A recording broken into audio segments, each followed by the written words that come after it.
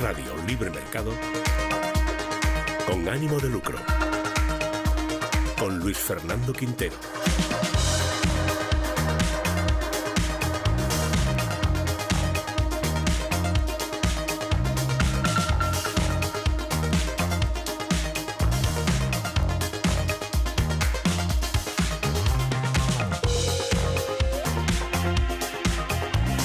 ¿Qué tal, amigos? Muy bienvenidos a Con Ánimo de Lucro, un espacio de información y análisis económico de confianza, un oasis para la economía entendida desde el lado correcto de la historia, desde la defensa de la libertad, la prosperidad y el respeto a la búsqueda de la felicidad.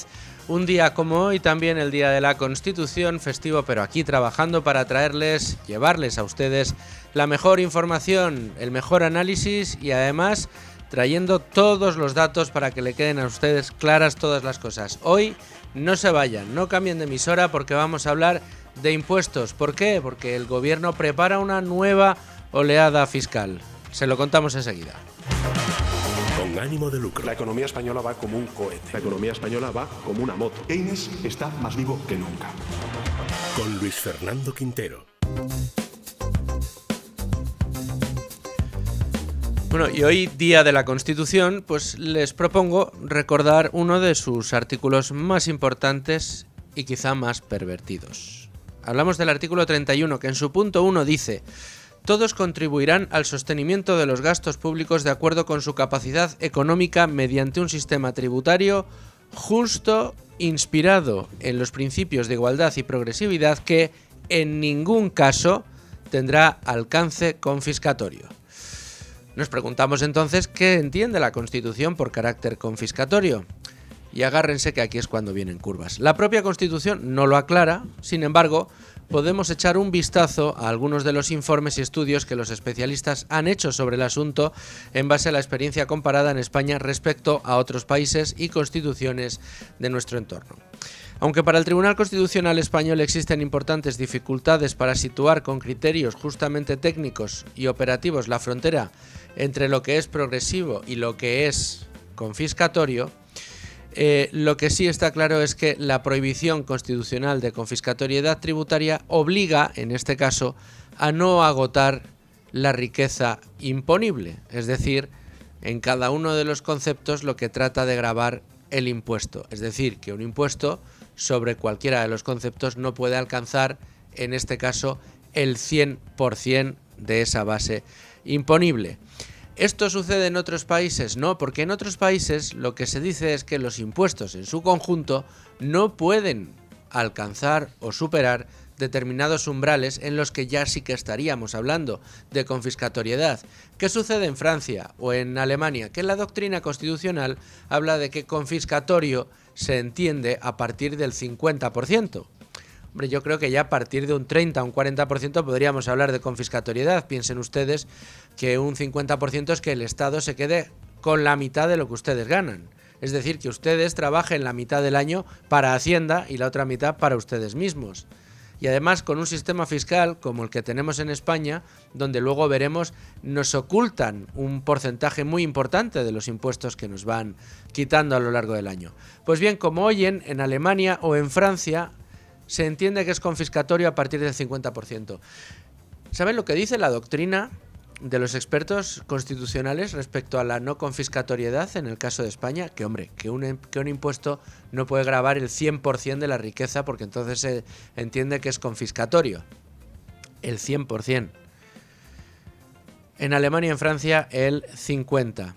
Hoy es pertinente hablar de esto y repasar las figuras tributarias que nos afligen y que sufrimos para entender estas noticias, las dos que les tenemos que contar hoy. La primera, que el gobierno sigue empeñado en subir los impuestos al diésel, también subir el de las SOCIMIs, eliminar deducciones fiscales, es decir, poner en marcha una nueva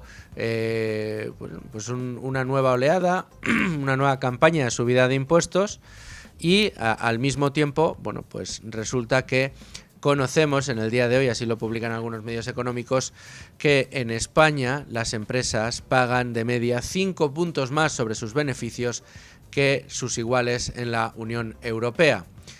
Con la situación fiscal que vivimos en España, que las noticias que tenemos y que nos llegan son que el gobierno en lo que está pensando es en subirnos todavía más los impuestos, después de todo lo que ha pasado este año y en años pasados, cuando no se deflactó la tarifa del IRPF, lo que supuso un aumento de impuestos indirecto, pues es todavía más sangrante.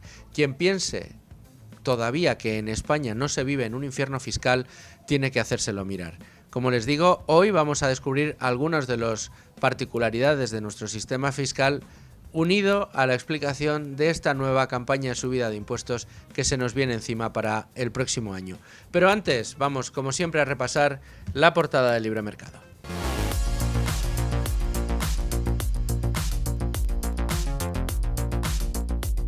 Con ánimo de lucro, con Luis Fernando Quintero.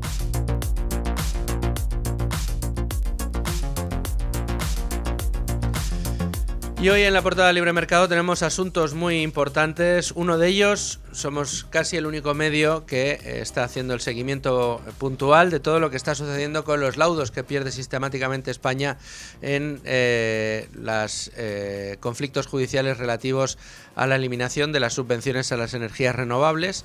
Nueva información de alcance abriendo hoy el periódico Libertad Digital en Libre Mercado. Australia avanza hacia el embargo de bienes a España, lo que considera como una deudora recalcitrante, una pieza que vuelve a firmar Diego Sánchez de la Cruz, quien está siguiendo este asunto, insisto, con una precisión quirúrgica. La justicia del país australiano abre la veda a interrogar a funcionarios consulares para que revelen activos españoles susceptibles de ser confiscados. ¿Y todo por qué? Bueno, pues porque aunque la justicia ha fallado en nuestra contra de manera reiterada, continuamos recurriendo y cuando ya no cabe más recurso nos negamos a pagar lo que debemos. Debemos mucho dinero, nos hemos gastado mucho más en defensas judiciales y cuando toca pagar no pagamos. Por eso se nos considera unos deudores recalcitrantes. Esto es lo que leemos ahora mismo como noticia de apertura dentro del Libre Mercado, pero tenemos más informaciones importantes en el día de hoy que les tenemos que contar. El plan antitabaco de Mónica García pondrá en riesgo más de 2.100 empleos en Extremadura. Sí, señores, el sector alerta de que el empaquetado genérico podría generar una pérdida económica anual de 24 millones de euros en Extremadura, lo que supone poner en riesgo más de 2.100 puestos de trabajo. Nos insiste, en este caso Libre Mercado, que los agricultores extremeños del tabaco están muy preocupados por el Plan Integral de Prevención y Control del Tabaquismo de la ministra de Sanidad, Mónica García, a quien se ha propuesto eliminar el tabaco por la vía rápida, lo que va a suponer en efecto, bueno, pues un quebranto importante para este medio de vida para mucha gente en Extremadura. Otra información importante en Libre Mercado: nuevo suicidio inmobiliario en Barcelona, y van ya unos cuantos. Se limitará el alquiler de temporada. El ayuntamiento considera un fraude que los caseros destinen las viviendas a alquiler de temporada, con lo cual va a decidir quitar esta modalidad también. La nueva persecución a los sistemas de alquiler, a las nuevas modalidades de alquiler que han salido para tratar de protegerse de la persecución al alquiler que se vive en España y que está haciendo en definitiva que eso que tratan de solucionar, que es el precio de los alquileres, continúen tensionándolo al alza, porque todas, y si lo miran ustedes bien, todas las medidas que se han tomado en el mercado del alquiler, tanto en Barcelona como en el resto de ciudades de España, fundamentalmente dirigido desde el Gobierno central y su ley de vivienda, lo que van es a reducir de una manera considerable la oferta de vivienda en alquiler. Y esto lo que provoca, evidentemente, es una subida importante de los precios. Por lo tanto, lo que ha dicho el Ayuntamiento de Barcelona, con Jaume Collboni al frente, es directamente un suicidio. Es un suicidio porque va a provocar que de nuevo tengamos incrementos de precios en el alquiler en la ciudad condal.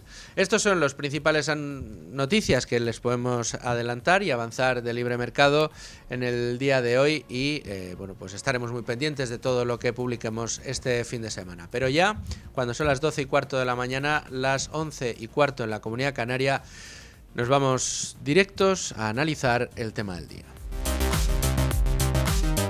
Sí, por favor, pagar todos los impuestos que podáis. Con ánimo de lucro, con Luis Fernando Quintero.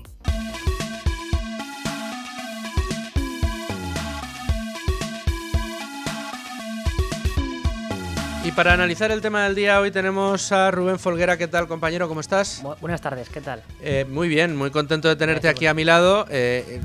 Tema importante en el día de hoy. Tenemos distintas informaciones hoy en prensa que nos hablan de ese paquete de nuevas subidas fiscales que está preparando el Ejecutivo. Como si no hubiera sido suficiente subir los impuestos en 81 ocasiones hasta donde llevamos, como si no hubiera sido suficiente no deflactar la tarifa del IRPF, obligando a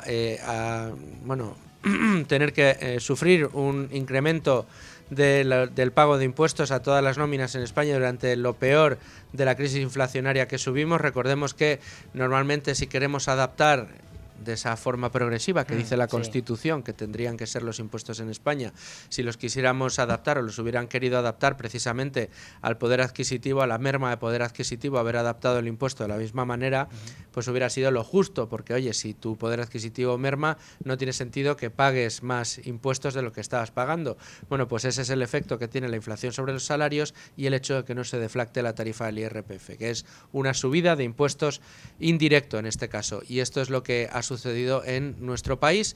Bueno, pues bien, no hablan de bajadas de impuestos, no hablan de aumentar las deducciones fiscales, sino todo lo contrario. Lo que tenemos encima de la mesa son más y más impuestos y la corroboración de que en España se pagan más impuestos que en nuestros países vecinos. Sí, efectivamente. El empeño de este gobierno por subir los impuestos es patológico, prácticamente. Y esto lo demuestra, por un lado, un informe de Tax Foundation, el think tank norteamericano, que demuestra que España grava los beneficios de las empresas 5 puntos más que la Unión Europea, que la media. Y en concreto aplica un impuesto del 46% sobre los beneficios empresariales. Esto sumando lo que se paga en sociedades, que es el 25%, más otro tanto en cuestión de cargas sobre dividendos. Porque esto es interesante. Es verdad que la mayoría de países graban ambas cuestiones, pero hay una buena decena de ellos en Europa que no lo hacen.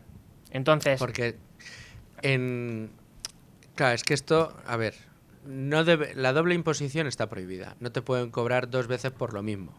Entre otras cosas, porque oye, pues subes el impuesto al doble y ya está, ya estaría. Claro. ¿Qué pasa? Que si tienes un impuesto a los beneficios y luego un impuesto a los dividendos, estás grabando dos veces lo mismo, porque al final el dividendo es el reparto del beneficio. Claro.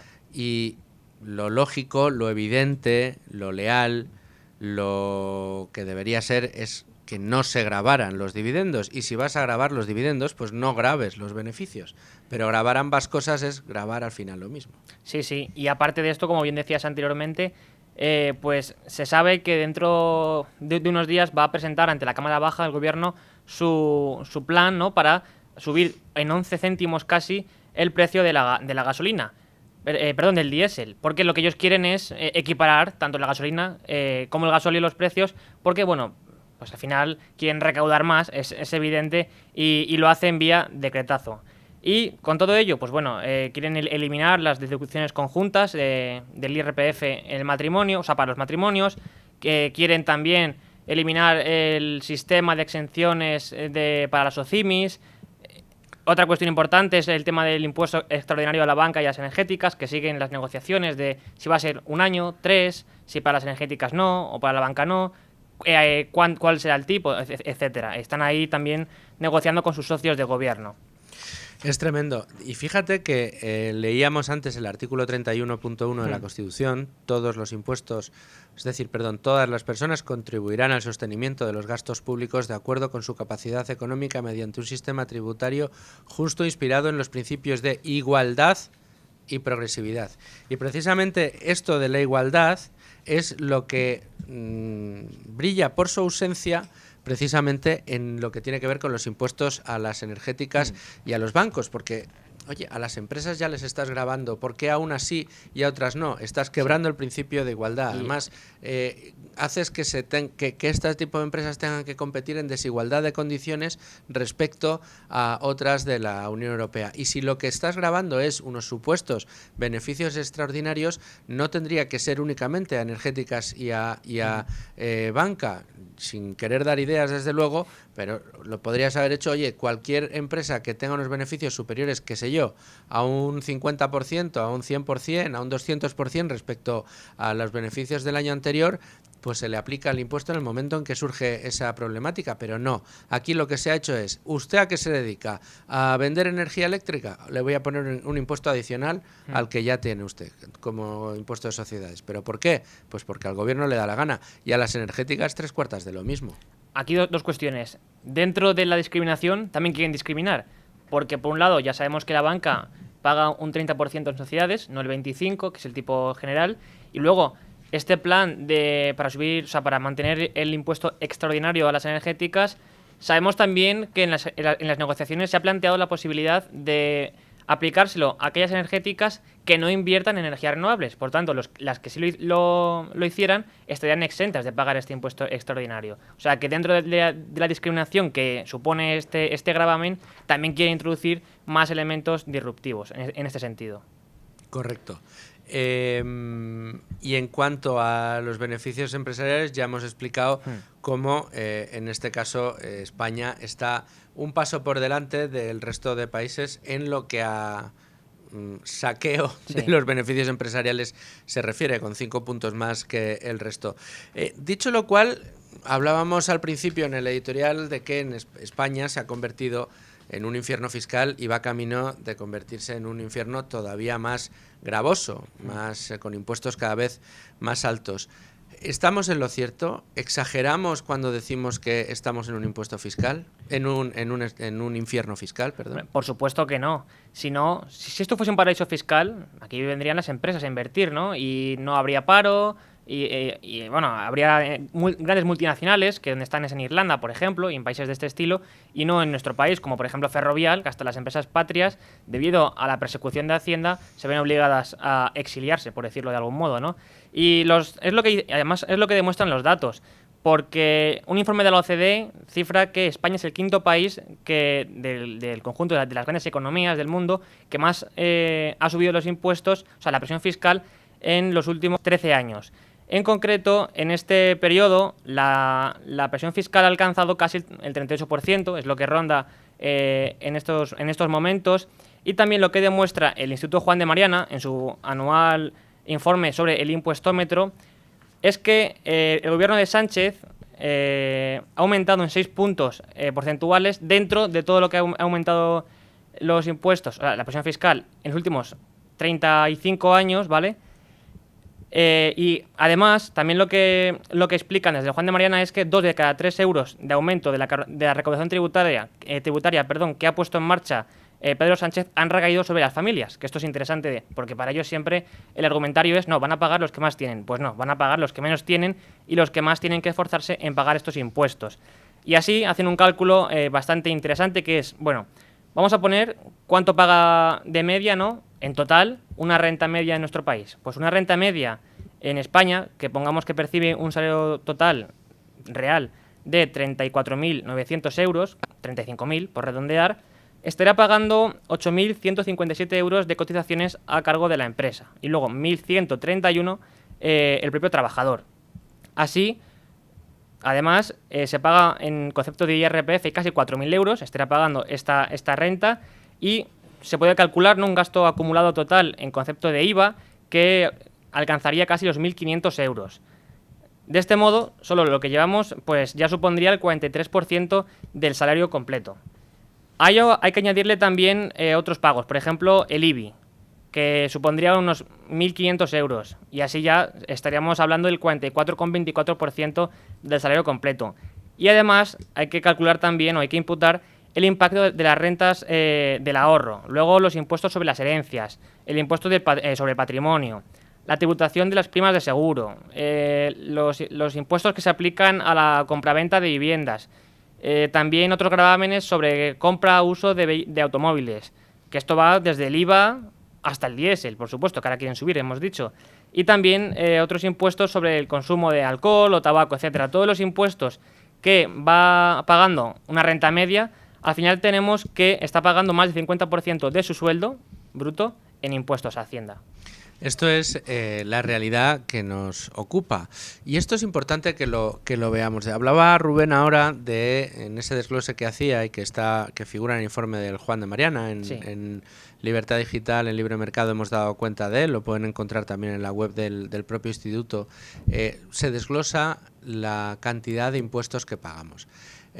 Lo que pasa es que a nosotros el Estado nos hace una especie de trampa al solitario, porque nos dice que una parte muy importante del dinero que nosotros ganamos, dicho de otra manera, una parte muy importante del dinero que nosotros le costamos a las empresas que nos contratan, no son impuestos ni son salarios.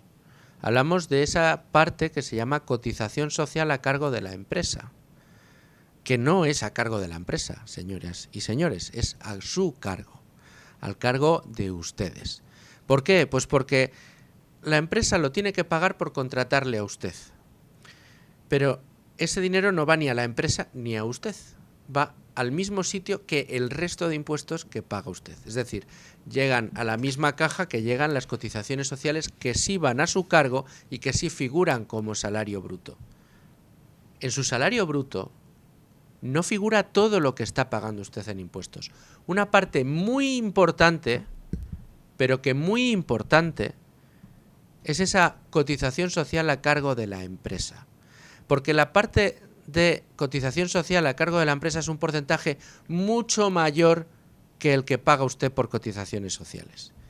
Así pues, si sumamos la cotización social que paga la empresa, la cotización social que paga usted, más los impuestos directos que usted paga, el IRPF, estamos hablando de que para los salarios más bajos de este país, los salarios de la clase media, como le gusta decir a María Jesús Montero, que son aquellos que cobran el salario mínimo interprofesional, roza si no supera el 50%, añadiendo esa parte que es la cotización social a cargo del empresario y que sale de la ecuación de su salario bruto. Por eso hay muchos liberales ilustres en este país que lo que están pidiendo como primera reforma es cambiar la definición de salario bruto, porque en el salario bruto se extrae, se extirpa esa parte. Y esa parte es una información fundamental. ¿Por qué? Pues porque usted de repente montará una empresa, será autónomo, tendrá que contratar a alguien, querrá pagarle el salario mínimo y dirá usted, pero ¿cómo es posible que este hombre cobre 1.200 y a mí me cuesta más de 2.000 euros todos los meses? Insisto, ¿cómo es posible que vaya a cobrar 1.200 euros o 1.140 euros cuando a mí me cuesta más de 2.000 euros todos los meses?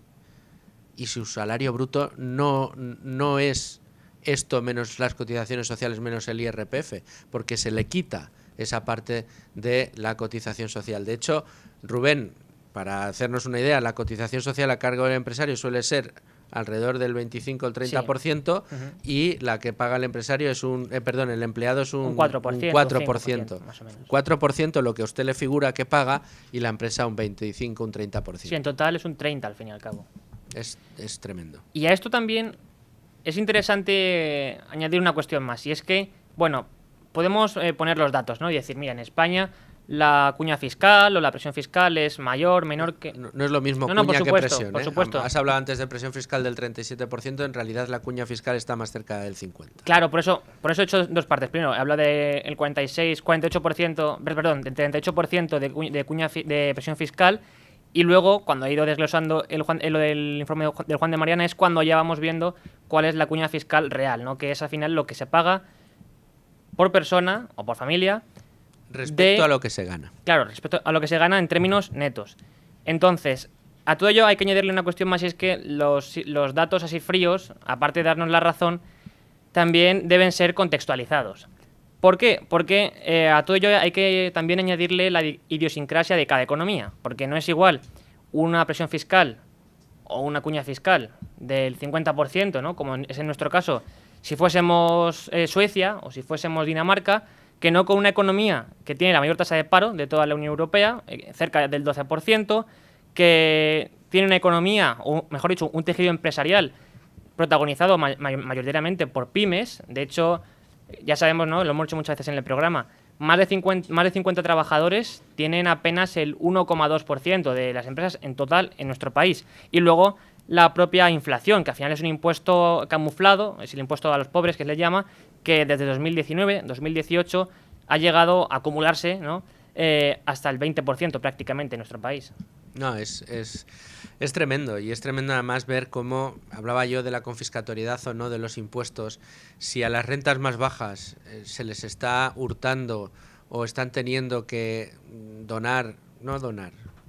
pagar de manera coactiva al gobierno, al Estado, a las arcas de Hacienda y de la Seguridad Social más de la mitad de lo que ganan cada mes, por lo que se van impuestos directos, por lo que se van impuestos indirectos, por lo que se va en el día a día. Si uno hace el desglose, hagan el ejercicio en casa, piensen en lo que están pagando, lo que les hemos contado hoy, y traten de enterarse cuánto paga la empresa por usted realmente al año, y luego mire lo que le llega a usted en la nómina, y a eso le va sumando lo que paga cada vez que se toma un café, lo que pagan impuestos cada vez que llena usted la cesta de la compra, lo que pagan impuestos cada vez que echa gasolina o gasoil al coche, lo que pagan impuestos cada vez que paga una factura de la luz, prácticamente la mitad de lo que pagan luz de la factura de la luz, prácticamente la mitad son impuestos. Mire lo que pagan impuestos cada vez que abre el grifo del agua caliente y consume usted gas. Mire usted cuánto paga de impuestos cada vez que paga la factura del agua. Mire usted lo que paga de impuestos cada vez que paga la factura de los seguros que tiene usted para su casa o para su coche. Mire usted lo que paga de impuestos cada año por tener una casa. Mire usted lo que paga de impuestos si tiene una segunda casa por una cosa que se llama imputación de rentas, según el cual el Estado considera que como usted tiene una segunda vivienda por la que puede obtener rentas si lo alquila, pues ya por ese hecho, la posibilidad de que usted pueda rentabilizar esa casa, ya le están cobrando impuestos, por no hablar de los impuestos que se cobran al ahorro o a la inversión, que no dejan de ser impuestos que se cobran sobre los rendimientos que finalmente tenemos en las rentas. Es decir, si usted se da cuenta de todo lo que está pagando en impuestos, y esto es lo que no quiere el gobierno, que usted se dé cuenta y que haga estos números que nosotros les estamos sugiriendo, si usted se da cuenta de eso, automáticamente, ¿qué se va a preguntar? ¿Y pagando toda esta barbaridad que yo pago todos los meses y que se lleva más de lo que gano, o sea, más de lo que usted genera, se lo está entregando al Estado cada mes? ¿Y a cambio qué recibe? ¿Cuáles son los servicios que recibe? ¿Qué han recibido los señores de Paiporta, de Albal, de Sedaví, de todas las zonas afectadas por la Dana? Muchos pueblos todavía, algunos sin luz, en algunas zonas, o sin agua corriente, o sin agua caliente. ¿Dónde está el Estado cuando se le necesita? ¿Cuáles son los servicios que tenemos? ¿Cómo es la sanidad pública en España? Esa que no quiere ver ni un solo funcionario, solo 3 de cada 10. ¿Cómo es la educación pública en España a la cola de los informes PISA? Bueno, esos son los servicios que a usted le está prestando el Estado después de llevarse más de la mitad de lo que usted gana. Y si eso le pasa a los salarios mínimos interprofesionales, a los salarios medios en España, ¿qué no pasará cuando pasas de 60.000 euros? Donde ya el IRPF se acerca solo en el IRPF al 50% de lo que gana. Si le sumamos cotizaciones sociales ya nos vamos al 60%. Y si nos vamos a todo lo que pagamos de impuestos directos, indirectos en el resto de actividad diaria que hacemos, ya sí que nos acercamos al 70%. Es una auténtica barbaridad. Es una auténtica barbaridad. Y esto, lo diga la doctrina constitucional o no, que el Estado se quede con más de la mitad de lo que usted gana, eso sí que es tener un ánimo confiscatorio y va en contra del espíritu de la Constitución española que hoy estamos celebrando. No sé si tienes algún aspecto más que quieras que repasemos relativo a la manera en la que el Estado está metiéndonos la mano en el bolsillo y cómo los servicios públicos que recibimos a cambio no son precisamente los mejores del mundo. Nada más, solo recordar que el coste laboral medio en España en el segundo trimestre de 2024 fue de 3.200 euros prácticamente, y el coste salarial de 2.353. Esto para que vean, ¿no? Esto es el coste medio, y el salario medio, digamos que estaba en torno a los 1.700, 1.800 euros. Por tanto, lógicamente, esto sin añadir todo lo que hemos ido hablando, esto simplemente costes salariales. Y costes estos son laborales. datos del INE. Del INE. El coste medio por trabajador y mes es de 3.161 euros. ¿Y el sueldo medio que termina Sí, llegando? Unos 1.800. Era 3.100 y 1.800. El bruto, ¿eh? Bruto. En bruto, tremendo. Vamos, Rubén, si te parece, a hablar con nuestro analista cabecera de hoy, que es Hermenegildo Altozano, nuestro amigo Hermenegildo. ¿Qué tal? ¿Cómo estás? ¿Qué tal, Luis? Buenos días, ¿cómo estás? Pues alegrándonos el día de la Constitución y hablando, pues esto que nos gusta tanto, ¿no? Pagar impuestos, Hermenegildo.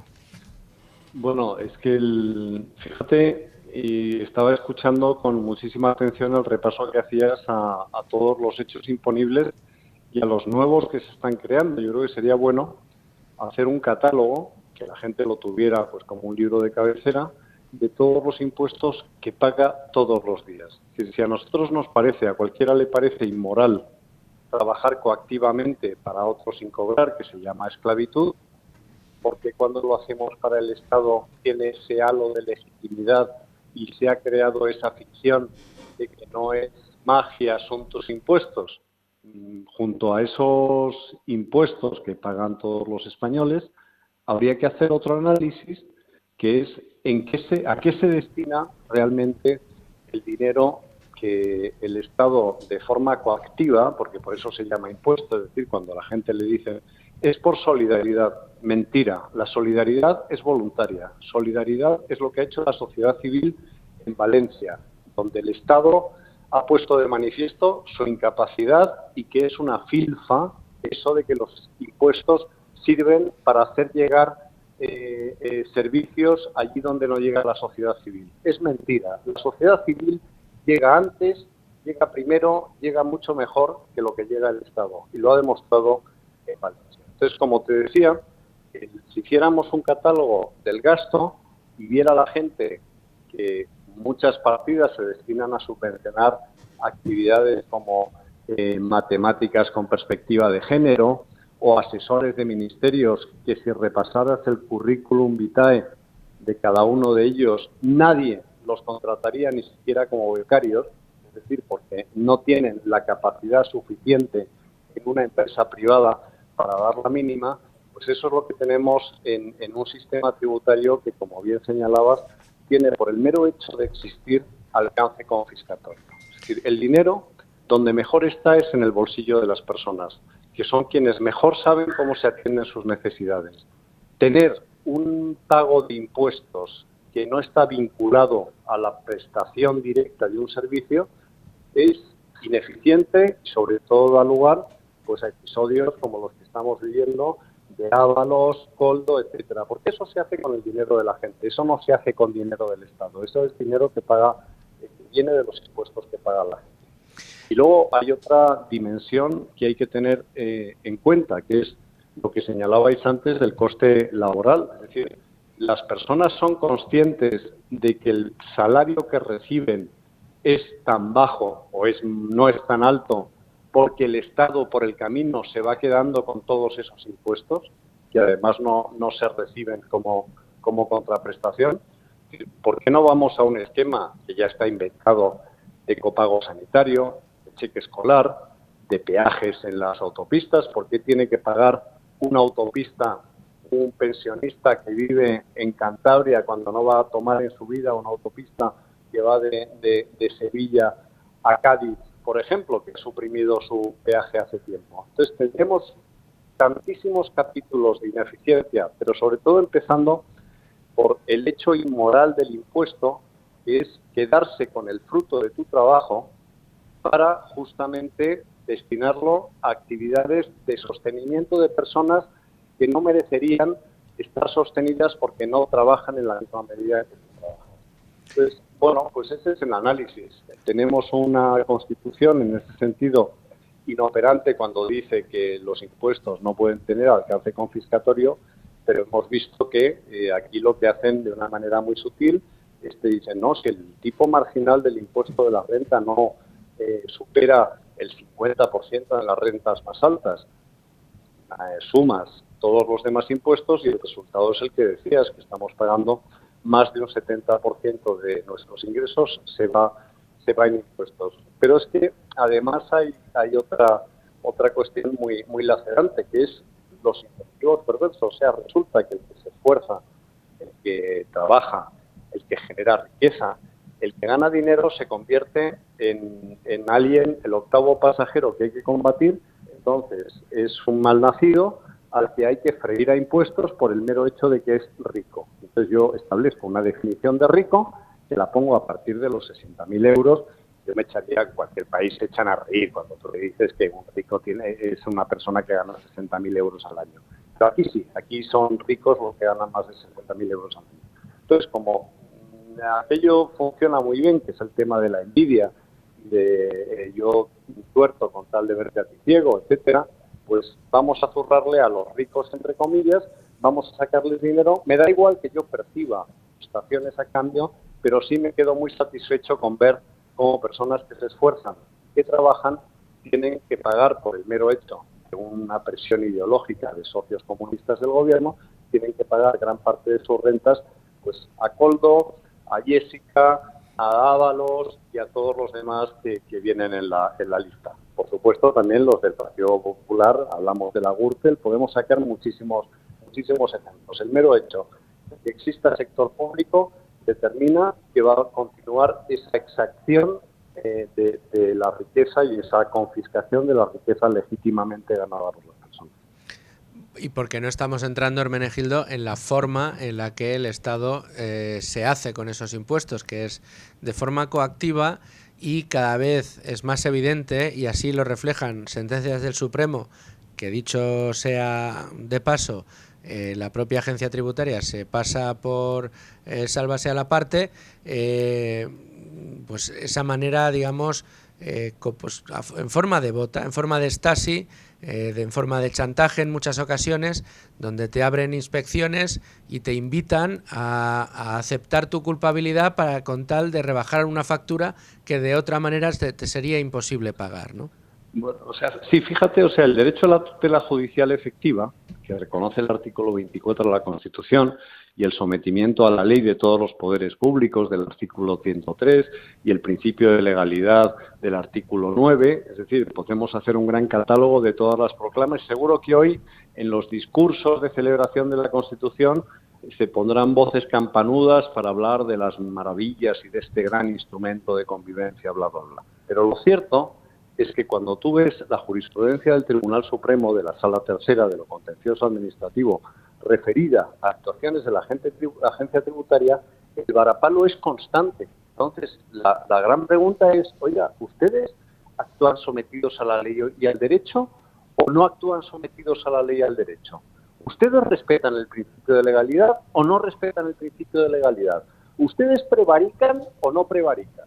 Porque claro, es decir, cuando ves continuamente que hay varapalos, yo he visto personas a las que les han hecho la vida un auténtico calvario, estoy pensando en Aristrain, que lo han tenido sometido a un calvario tributario hasta que el Tribunal Supremo le ha dado la razón, o en el caso de conocidos futbolistas que también han resistido la presión. Xabi Alonso, sí.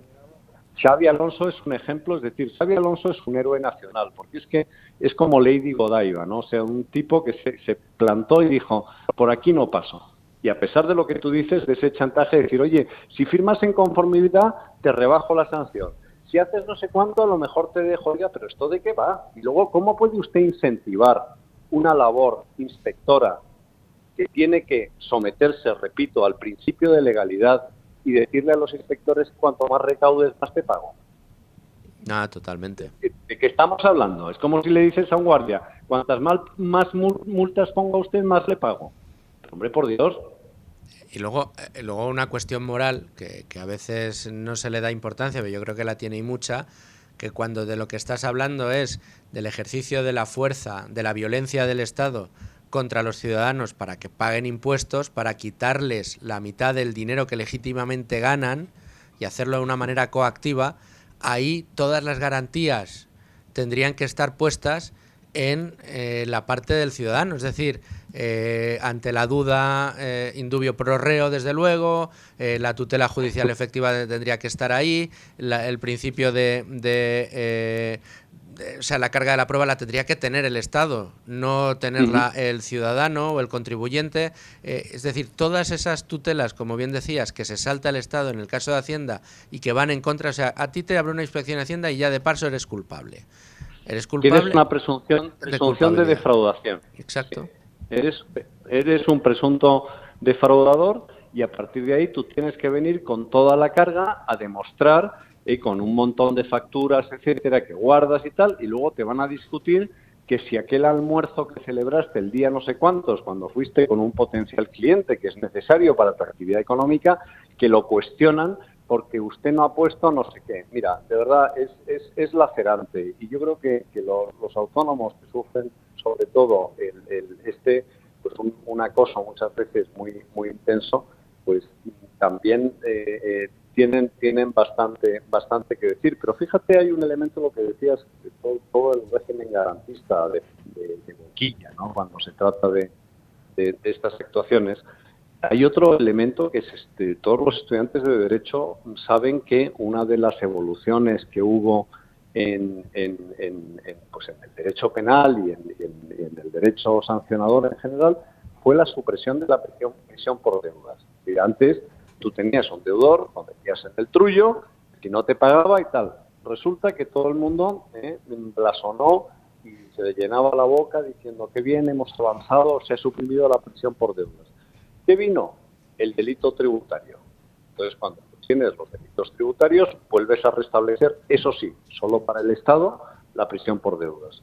Es decir, tienes el monopolio de la violencia, tienes el monopolio de la exacción forzosa de impuestos, tienes el monopolio, el privilegio de cobrar antes que los demás, porque tú tienes una situación concursal y resulta que la hacienda tributaria cobra primero y que sus créditos son privilegiados. ¿Por qué?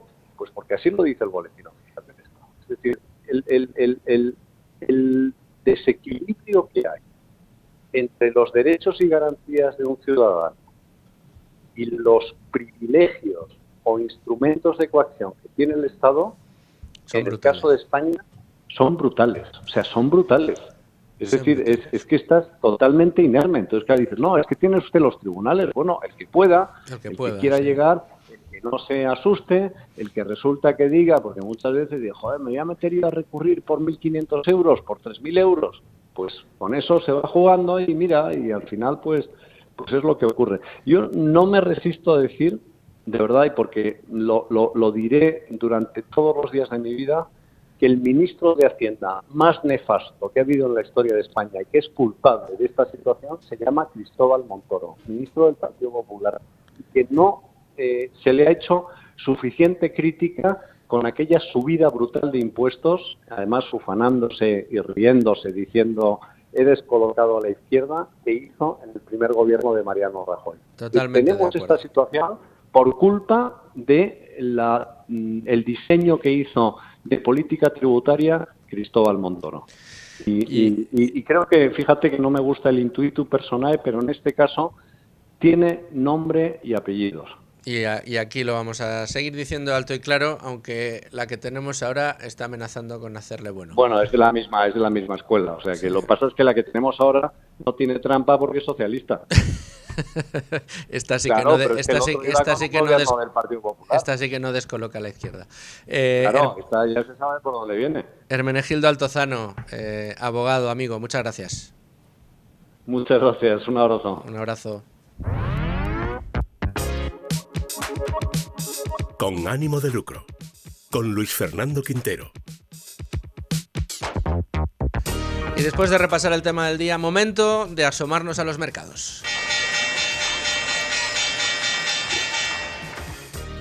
Y en los mercados tenemos, ojo, al IBEX 35 por encima de los 12.000 puntos, está cotizando en verde en este momento en positivo, 12.133 puntos para nuestro selectivo que está volando, parece que ha querido arrancar con fuerza el rally alcista habitual del fin de año y pues mira, es uno de los puntos de análisis que podemos tratar con nuestro analista de cabecera en el día de hoy, él es Antonio Hidalgo. ¿Qué tal? ¿Cómo estás, Antonio? Luis, ¿qué tal? ¿Cómo estás? Pues muy bien, muy contento de estar contigo. Recordemos, eres uno de los miembros de LWS Academy, LWS Research, esa comunidad inversora de locos de Wall Street, además de asesor financiero y amigo de este programa. Y acudo a ti, Antonio, para que me hagas un primer input de lo que estamos viviendo este año en el IBEX 35. Vamos para, yo creo que con la intención de superar el 20% de rentabilidad en el año, para un índice como el español, tan cortito, de 35 compañías y tan dependiente de los dividendos, no está nada mal, ¿eh? No, la verdad es que no está nada mal. Parece que no cuadraría con la realidad económica que, bueno, pues que estamos viendo en el país, pero también es cierto que son, como tú bien dices, 35 compañías con unos intereses muy diversos y muy repartidos en todo el ámbito geográfico, ¿no? Al final, pues a macromonstruos como Inditex, por ejemplo, por decir uno, no le afecta la economía española, por ejemplo. La verdad es que sí, bueno, al final es un índice, ya sabemos, muy dependiente de dividendos, muy bancarizado, donde también los bancos, bueno, pues con la subida de los tipos de interés, pues han visto aliviados sus márgenes. Y la verdad es que, bueno, pues para aquellos inversores que todavía no quieran dar el paso a invertir en el resto de mercados, Estados Unidos, Europa, etcétera, y confíen más en lo patrio, en lo que conocen, pues la verdad es que está siendo un año muy bueno. ¿Crees que lo va a conseguir mantener de aquí a final de año o ves algún nubarrón, algún tropiezo de aquí al 31? No, en principio yo creo que lo va a mantener, porque al final siempre diciembre suele ser un buen año, un buen mes, perdón, estacionalmente bursátil. En Estados Unidos parece que hay mucha alegría con todo lo que está proponiendo económicamente Trump para cuando llegue su mandato en 2025, y entonces siempre hay un poco de trasvase, ¿no? de esa alegría, o por lo menos de que en Estados Unidos no vemos un batacazo de que caiga un 5, un 6% y puede haber algo de contagio. Yo creo que tiene todos los visos de que como poco se mantengan los niveles que tenemos actualmente. Claro, siempre estamos expuestos a situaciones como un recrudecimiento de los conflictos que hay en el mundo, que tampoco parece que ahora mismo esa sea la principal hipótesis que se baraja de aquí a final de año, pero si no, tiene visos de que por lo menos va a estar en estas cotas, sí. Bueno, uno de los aspectos que tenemos ahí en el horizonte es, por un lado, una Europa, yo creo que a todas luces gripada frente a sus competidores, una Europa que está funcionando a medio gas, que vemos que tiene importantes problemas de competencia, pero al mismo tiempo, y pese a que la inflación está volviendo a dar síntomas de que tiene recorrido al alza todavía, lo que nos dicen los analistas y lo que avanzan las, digamos, gargantas profundas del Banco Central Europeo es que la agenda de bajadas de tipos de interés puede ser más ambiciosa, y esto al mismo tiempo pues tiene pinta de que puede impulsar a los indicadores de nuevo.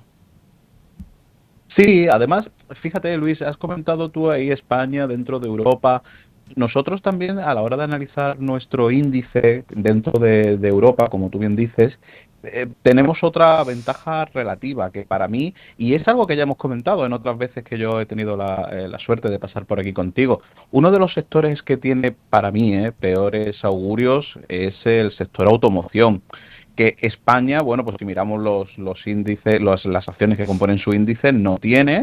Y en cambio, pues Alemania ya estamos viendo los problemas de Volkswagen, Francia, que también es un país que ahora mismo está teniendo graves problemas, pues también tiene Renault, que si alguien mira el gráfico de su cotización en los últimos 5 años, pues da un poco de susto.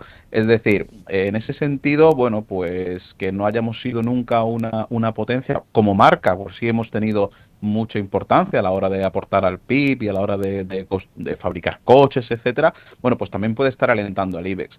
Lo que comentabas del tema de Europa es así, es decir, nosotros algo tenemos que hacer porque la falta de competitividad europea pues cada vez se está abriendo más ese gap con respecto a Estados Unidos. Hoy nos levantábamos con la noticia, fíjate Luis, que Trump ha anunciado que uno de los miembros de David Ozak, uno de los miembros que creó PayPal en su día, la famosa conocida PayPal Mafia, con Elon Musk, con Peter Thiel, lo ha nombrado como responsable de inteligencia artificial del próximo gobierno de Estados Unidos. Es decir, ¿qué estamos viendo en Estados Unidos? Estamos viendo que las mejores mentes se van a poner al servicio de lo público.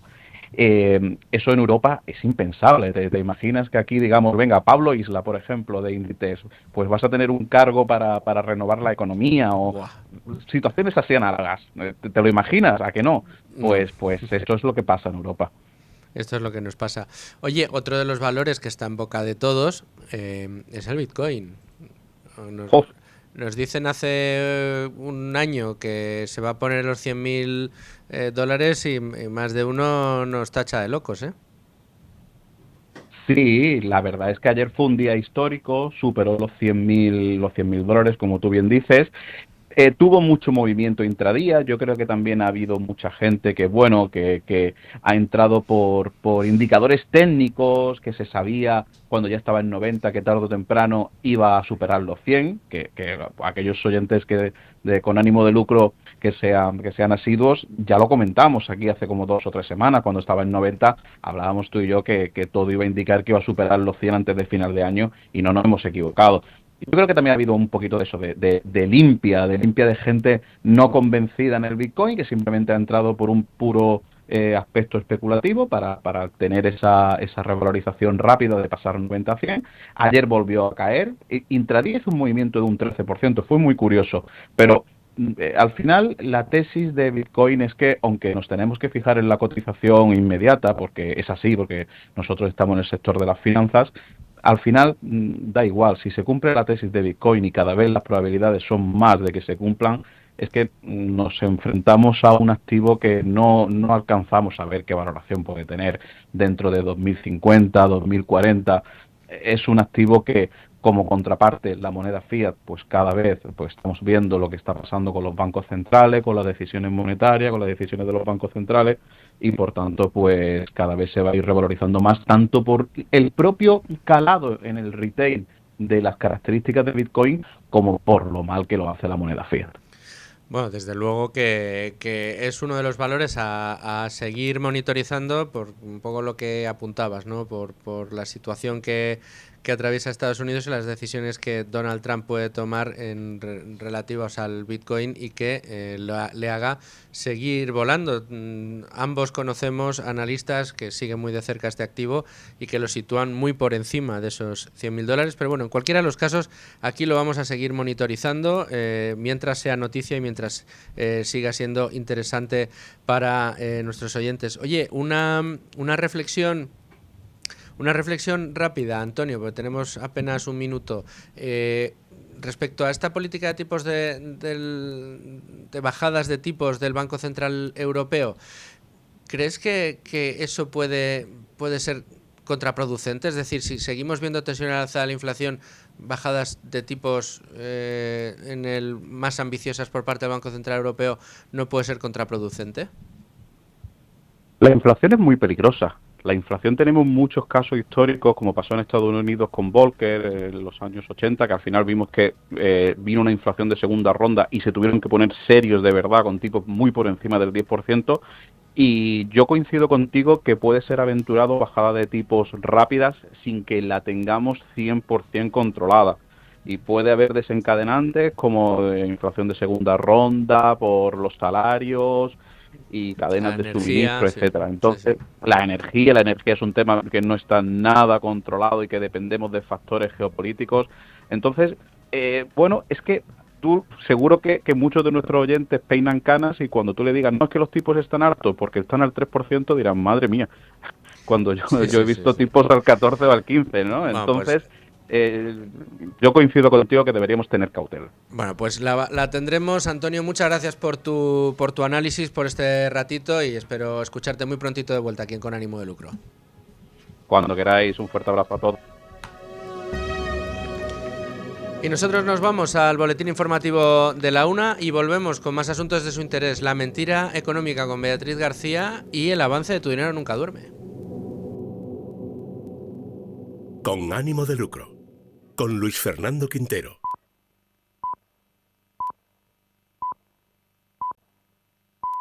1:00, mediodía en Canarias. Es Radio. Servicios informativos. Saludos, ¿qué tal? Buenas tardes. El día está marcado por el aniversario de la Constitución. Nuestra Carta Magna cumple 46 años y el presidente del Gobierno, Pedro Sánchez, se ha abierto a reformarla para blindar en ella derechos que, asegura, se están perdiendo las autonomías en las que no gobierna el Partido Socialista. Reformas de la Constitución para blindar derechos ante un avance reaccionario que está poniendo en cuestión allí donde tiene la capacidad de poder gobernar, pues derechos tan importantes como es el derecho a la interrupción voluntaria del embarazo, el matrimonio entre personas del mismo sexo. En definitiva, todos esos avances que hemos consolidado a lo largo de estos últimos años, también el de la revalorización de las pensiones, creemos que son demandas, derechos que debemos blindar en la Constitución para que nadie pueda tocarlos en el futuro. Palabras de Pedro Sánchez con protestas de fondo contra el presidente del Gobierno antes de entrar al acto central con motivo del aniversario de la Constitución, en el que la presidenta del Congreso, Francina Armengol, ha seguido el guión marcado por Sánchez y también ha abogado por la reforma constitucional.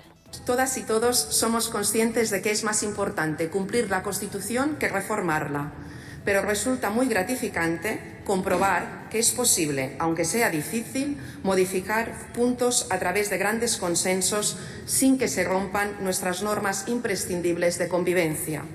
La Constitución tradujo el pulso, el sentir y las necesidades de la realidad plural y diversa de la España de 1978. Fue una norma viva. Está en nuestra voluntad que lo siga siendo. Un acto que ha contado con innumerables ausencias. Prácticamente ningún socio del Gobierno ha estado, aunque sí ha acudido al acto por primera vez en 14 años el presidente de Cataluña, ahora gobernada por el socialista Salvador Illa, que a la entrada ha querido reivindicar el valor de la Constitución. Pienso que la mejor manera de defender la Constitución es no apropiarse de ella. La Constitución es fruto de un pacto, de un acuerdo, entre diferentes. Es el símbolo de unión de diferentes visiones que ponemos de acuerdo para ese proyecto común que se llama España, y por tanto hacen mal aquellos que se apropian de ella o no la entienden y no le hacen ningún favor, mucho menos ya cuando la usan como arma arrojadiza. Al igual que ella, prácticamente todos los presidentes autonómicos han estado en el Congreso. Dos de ellos son los presidentes de Aragón, Jorge Azcón, y de Murcia, Fernando López Miras, a los que han preguntado a la entrada si les preocupa que Vox haya paralizado las negociaciones sobre sus presupuestos hasta que el PP no cambie de postura sobre inmigración. Ninguno de los dos está especialmente preocupado. Mi problema no es la negociación con otros partidos políticos. Mi problema es que haya un presupuesto justo para la comunidad autónoma de Aragón. Por tanto, me preocupa Vox, no es lo que más me preocupa. Yo confío que la educación, la sanidad, las bajadas de impuestos de los murcianos no se condicionen a cuestiones que no son competencia del gobierno de los murcianos y no se condicionen tampoco a cuestiones políticas o partidistas. Cuando esto ha pasado, hemos conseguido aprobar unos presupuestos de la región de Murcia. Sobre inmigración también ha hablado el presidente del Partido Popular a su llegada al acto. Más allá de la amenaza de Vox, Alberto Núñez Feijóo ha acusado al Gobierno de no tener una política migratoria seria. Nuestra propuesta es conocida, está firmada, está documentada y, por tanto, seguimos insistiendo en que el Gobierno no tiene política migratoria. Y prueba de que no la tiene es que el ministerio que le corresponde a la migración no está en las conversaciones con el Partido Popular. Lo delega en el Ministerio de Administraciones Públicas. Sin embargo, hay competencias directas de un Ministerio de Migración. No se le invita, porque no hay política migratoria. España necesita migración regular y tiene que rechazar la migración irregular. Pues con las palabras de Alberto Núñez Feijóo nos despedimos. Recuerden que en una hora tienen una cita con toda la actualidad de la jornada, hoy de la mano de Noelia Bautista en Es Noticia. Más información en libertadigital.com. Todos los boletines en esradio.fm. Es Radio Libre Mercado. 105.7 FM.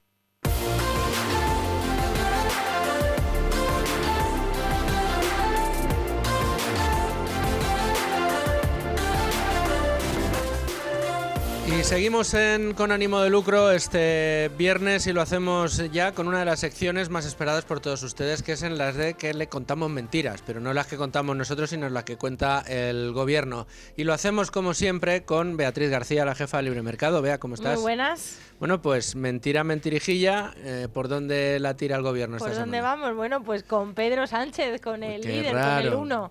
El número uno de la mentira también habría que decir, porque tela, ¿no? El historial que lleva. Tiene una idea, ¿cómo no se nos había ocurrido antes a nosotros solucionar el problema de la vivienda con la gran idea del presidente del gobierno? Que es crear una gran empresa pública de vivienda, como funciona también lo público. Sí, no, esto es el mantra habitual de la izquierda, ¿no? Oye, ¿hay un problema? Una empresa pública. O sea, resulta que empezamos a solucionar los problemas a medida que se fue privatizando los distintos sectores de nuestra economía y de repente nada.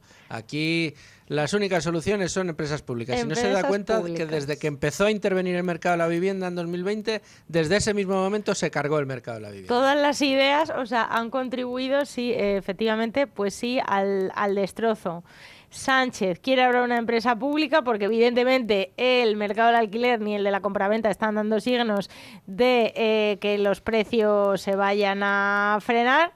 Pero claro, esta idea, lo primero que hay que decir al presidente del gobierno es que hay más de 150 empresas públicas de vivienda en nuestro país, entre las que tienen los ayuntamientos, las que tienen las comunidades autónomas, así que no está precisamente España, no es que le falten empresas públicas en esta materia. Luego el propio Estado tiene varias, tiene la empresa pública empresarial del suelo, que se llama así, el SEPES, y que no el SEPE, y luego tenemos la Sareb por otro lado. O sea, tenemos dos organismos ya estatales que se dedican a la vivienda y aún así con su creación no hemos conseguido que baje el precio. Y bueno, pues es que hay que recordar, si ponemos a la memoria a trabajar, veamos cómo funciona Correos, cómo funciona Amazon, cómo funcionaban los supermercados, los famosos económatos franquistas, cómo funciona Mercadona, cómo funciona o la audiencia que tiene Radio Televisión Española con el doble de plantilla que A3 Media o Mediaset. O sea, y en audiencia pues nada que ver, cómo funciona lo público siempre de forma deficiente y lo privado pues en muchos casos da ejemplo de éxito empresarial. Entonces esta empresa la verdad que tenemos muchas dudas porque bueno, lo que dice lo ha desarrollado un poco la idea de Sánchez la ministra Isabel Rodríguez, dice que va a ser la entidad pública empresarial del suelo, el SEPES, la que se va a encargar de la idea de Sánchez. ¿Cómo lo van a hacer? Fortaleciendo. Dicen, es que usan muchos eufemismos en materia de vivienda, no solo que es de los sectores más intervenidos de nuestro país, sino que usan muchos eufemismos. Dicen, vamos a reforzar. Eso yo lo traduzco en millones y millones de euros del presupuesto público de todos nosotros para dedicarlo a una empresa que además, cuando le preguntas a la ministra, ¿pero se va a dedicar a construir? ¿Ustedes van a poner las grúas?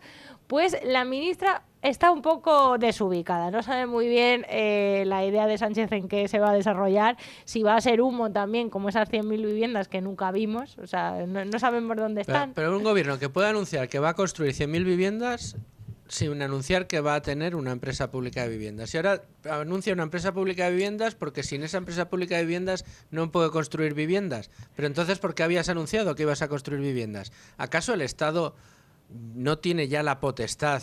Tiene todas las potestades sobre el suelo, si es que hay que decirlo. Sí. O sea, al final, quien decide dónde y cómo y cuándo y por qué y quién puede construir es el Estado en sus diferentes formas, de las diferentes administraciones públicas, las locales, las regionales y las nacionales. Son ellos los que deciden qué suelo puede ser urbanizable y qué no, qué suelo se puede construir y qué no, cuándo conceden las licencias, cuándo conceden las cédulas de habitabilidad, cuándo se considera que están correctas las tasas, si están de acuerdo o no los diferentes ayuntamientos con los proyectos urbanísticos que se le proponen. Es decir, toda la etapa de la construcción de una vivienda, en todas esas etapas, tiene el gobierno una última palabra. Lo único que es la iniciativa privada la que trata de sacar cierto beneficio de todo esto, pero incluso así el gobierno establece si se tienen que construir una serie de viviendas para promoción pública, las VPO, etcétera, etcétera. Es decir, que tiene autonomía sobre todo. Y esto no le parece suficiente al gobierno. Para poder solucionar el problema de la vivienda resulta que lo que hay que hacer es montar, vía presupuestos, una nueva empresa, una empresa que se va a dedicar a solucionar el problema a la gente. Parece que va a hacer casas así, patos.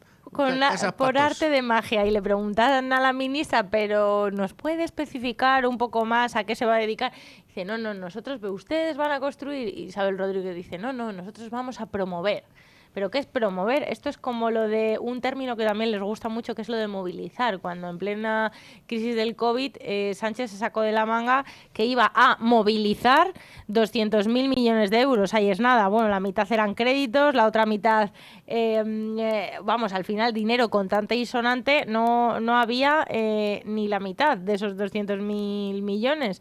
Y aquí pasa un poco lo mismo, promover, y todos nos preguntamos, ¿qué es promover? ¿Liberalizar el suelo? Pues es que de eso no se ha hablado.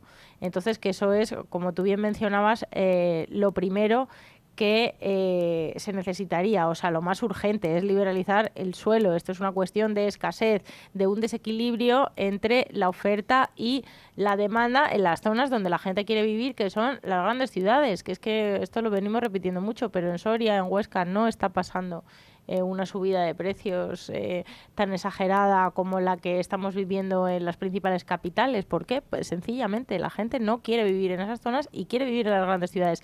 ¿Hay casas ahora mismo para todos? Pues lo que estamos viendo es que sí hay casas, pero que hay que pagarlas a mayor precio. Entonces, si hay más gente viviendo en las ciudades y más gente que quiere vivir aquí, pues es que no tenemos más remedio que construir más viviendas si queremos frenar el precio.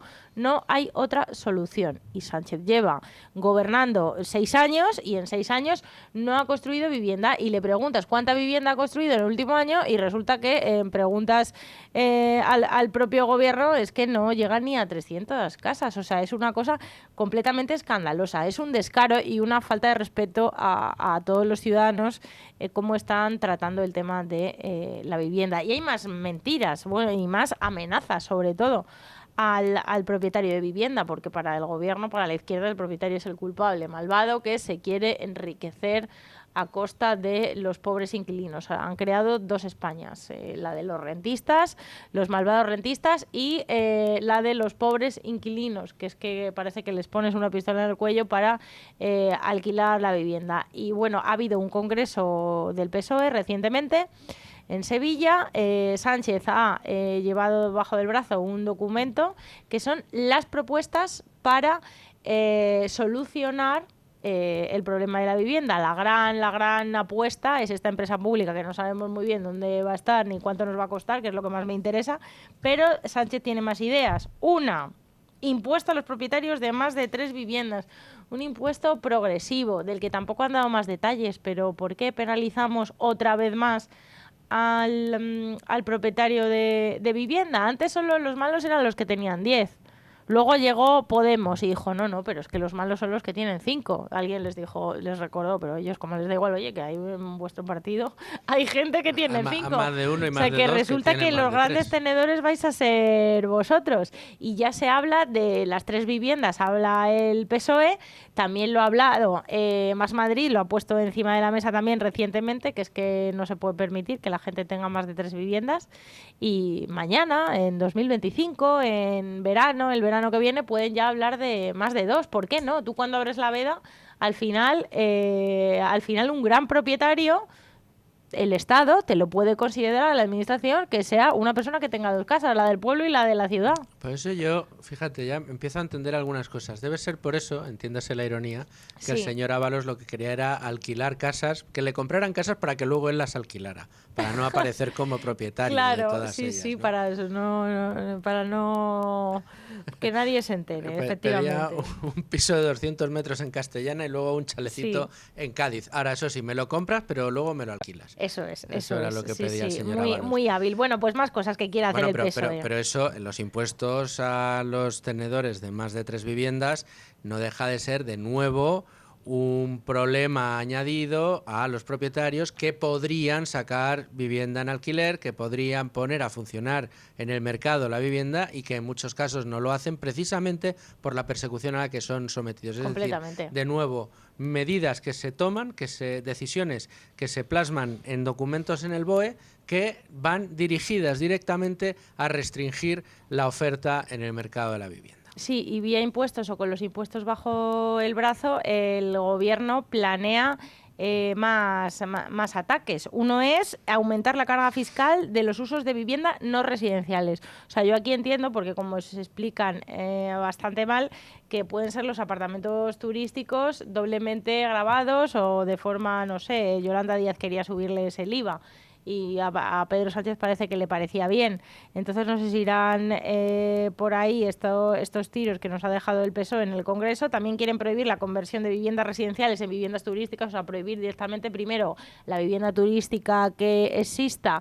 Le voy a aplicar más fiscalidad, e incluso es que lo de el IVA de las viviendas turísticas era un despropósito, o sea, que pague un piso en Torrevieja más IVA que el Hotel Palace o el Ritz o el Four Seasons.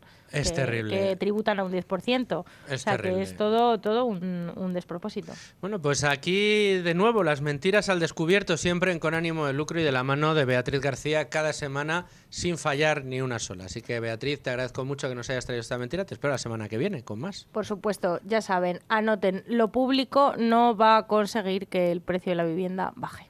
Beatriz García, muchas gracias. A vosotros. En Es Radio Libre Mercado, Con ánimo de lucro, con Luis Fernando Quintero. Los fines de semana, por las noches, te proponemos un podcast. Los sábados, el cine más canalla, con Dani Palacios y Juanma González en Par Impar. Y los domingos, hablamos de dinero con Nuria Richard y Domingo Soriano, en Economía para quedarte sin amigos. Los fines de semana, a partir de la 1 de la noche, márcate un podcast en Es Radio. O a cualquier hora en la app de Es Radio para iOS o Android y en tu plataforma de podcast favorita.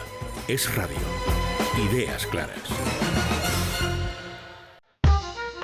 Manolo, ¿sabes que tenemos programa especial este fin de semana? Tenemos por un lado a Santa Lucía Asset Management y por otro al Grupo Tesis, un grupo que acaba de empezar pero que tiene una pinta espectacular. Va a ser un programa de lo más interesante donde vamos a analizar no solo filosofía sino también tesis de inversión. Y expectativas de mercado, que nos la trae Tacho Arrimada. No te lo pierdas. En Es Radio, tu dinero nunca duerme. Con Luis Fernando Quintero.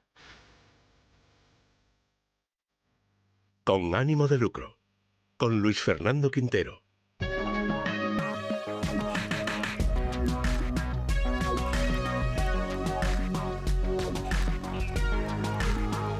Bueno, y llegamos al viernes con ánimo de lucro. Y qué decirles, pues voy a hablar de una de las niñas de mis ojos, de Tu dinero nunca duerme, además programa especial este fin de semana, y ya tengo conmigo aquí en el estudio a Manuel Llamas. Manolo, ¿cómo estás? ¿Qué tal, Luis Fernando? ¿Cómo estás? Oye, pues mira, echar el ratito, como digo yo contigo, que esto ya no es una sección, esto es un entretenimiento. Nos falta una copa de vino de Marqués de Riscal, Oye, para aprovechar este ratito. Este vino, que es un vinazo, ambos lo patrocinamos en nuestros respectivos programas. Por supuesto, mira, es el mejor vino que hay. Con ánimo de lucro va la mención gratuita. Te dejo elegir, ¿cuál prefieres hoy? ¿Barón de Chirel, el XR o el...? Yo soy muy de Barón de Chirel, la verdad. Bueno, pues venga, pues un Barón de Chirel que nos vamos a tomar mientras hablamos del programa que preparamos para el domingo. Ojo que es uno de esos programas especiales de 1 hora y media de duración en el que vamos a tener 2 entrevistas. Y ojo a las entrevistas. La primera con un conocido de todos nuestros oyentes. Y la segunda, o el orden no importa, no altera el producto, ya veremos cuál hacemos primero y cuál después. Un grupo que se llama Grupo Tesis, que acaba de estrenar, tiene apenas el fondo que asesoran, tiene apenas un año de vida, pero que tiene una pinta espectacular y ha tenido unos resultados en este corto espacio de tiempo extraordinariamente positivos.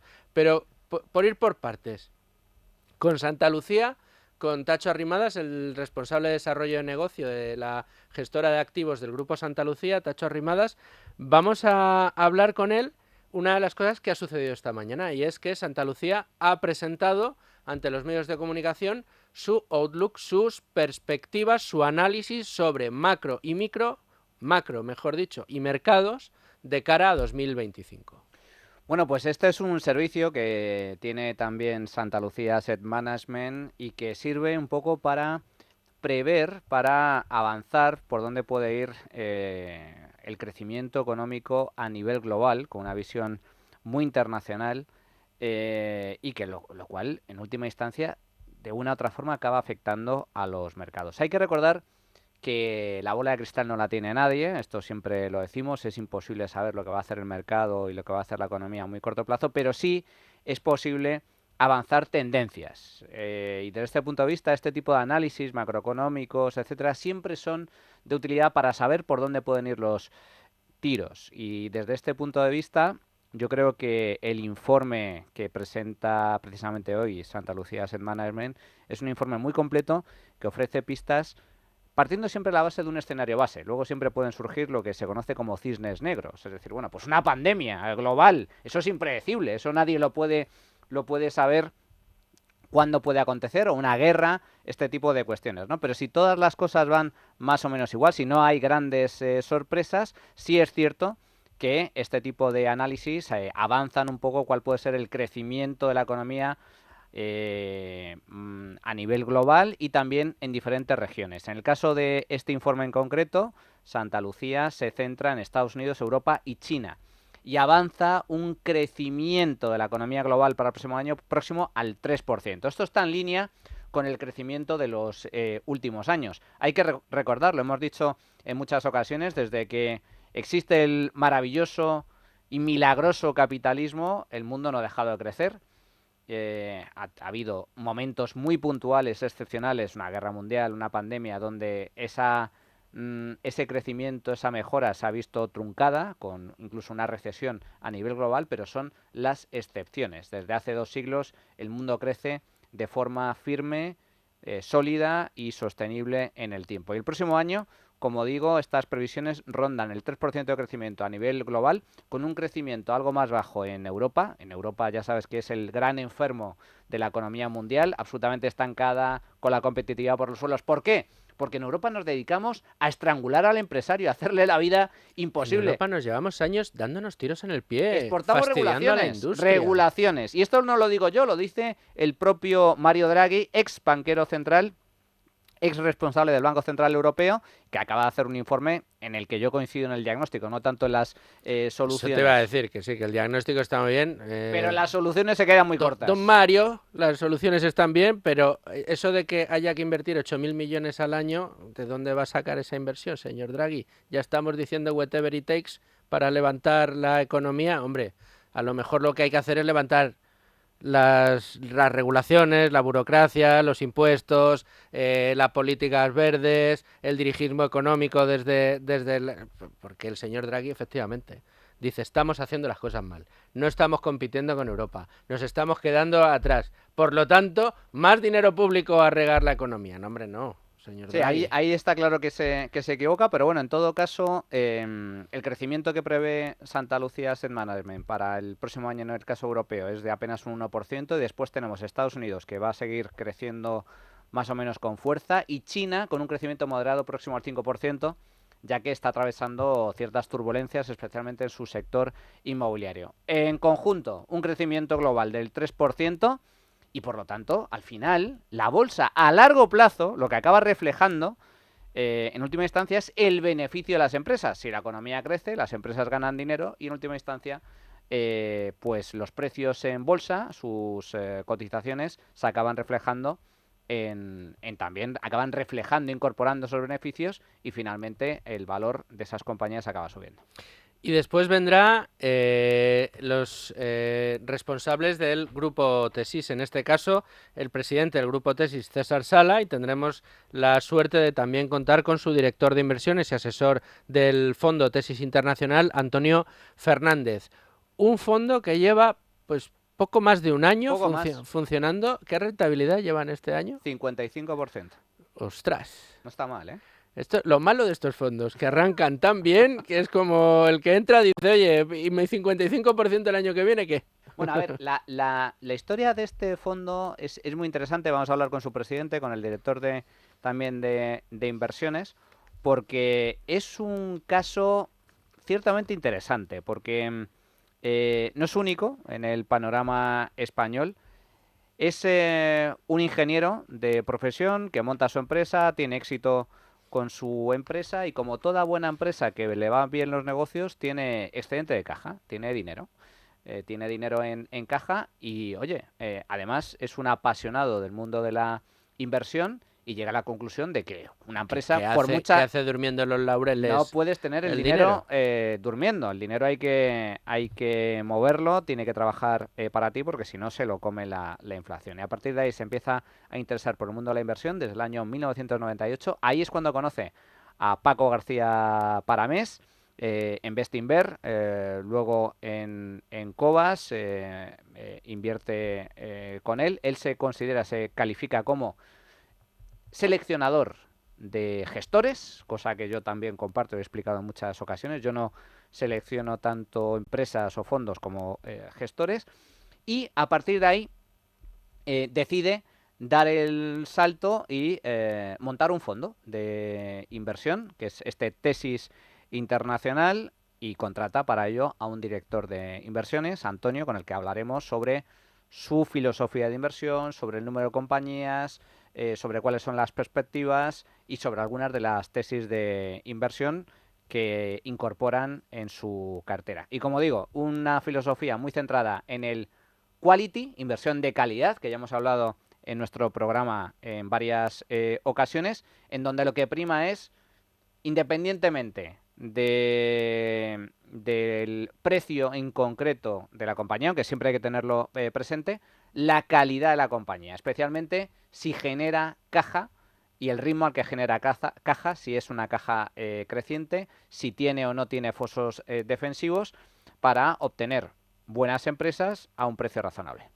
Bueno, y lo que sabemos de momento del Grupo Tesis, a quien se lo podremos preguntar este domingo, es que seleccionó a su propio gestor, en este caso al asesor del fondo, a Antonio, en 2022, e hizo una primera selección de acciones antes de convertirse en fondo de inversión en 2022, que todos sabemos lo que le pasó a la renta variable en 2022. A la renta variable, a la renta fija... Y yo creo que es muy curioso ver cómo, pues no sé, un empresario como César, que selecciona a un gestor como Antonio, y el primer año de selección de gestión, que le estás escudriñando, le estás mirando, estás encima de él a ver lo que hace, lo que no hace, con el mercado comportándose como se está comportando, pero te habla mucho de la templanza del que elige, que sabe perfectamente cómo funciona el mercado, y de el seleccionado, que está haciendo la apuesta por las empresas en las que cree, por mucho que ese primer año, además primer año de examen,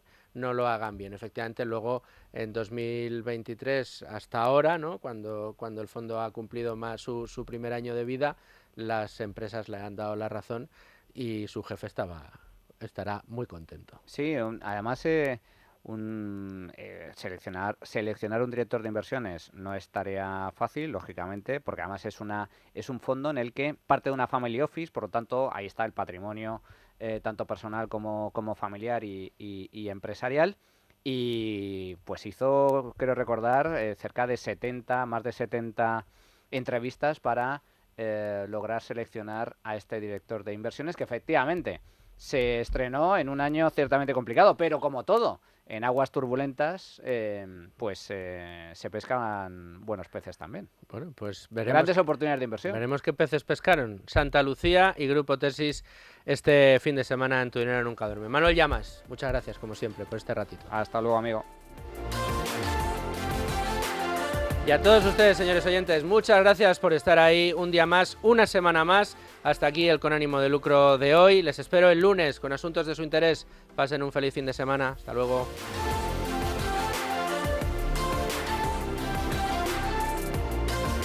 Es Radio Libre Mercado, 105.7 FM.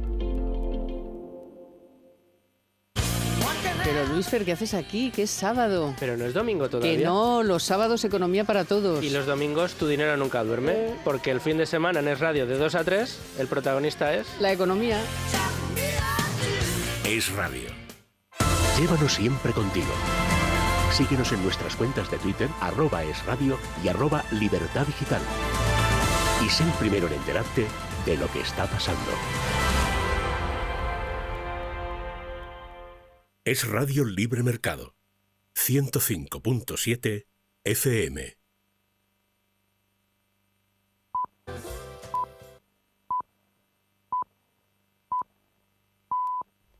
Es la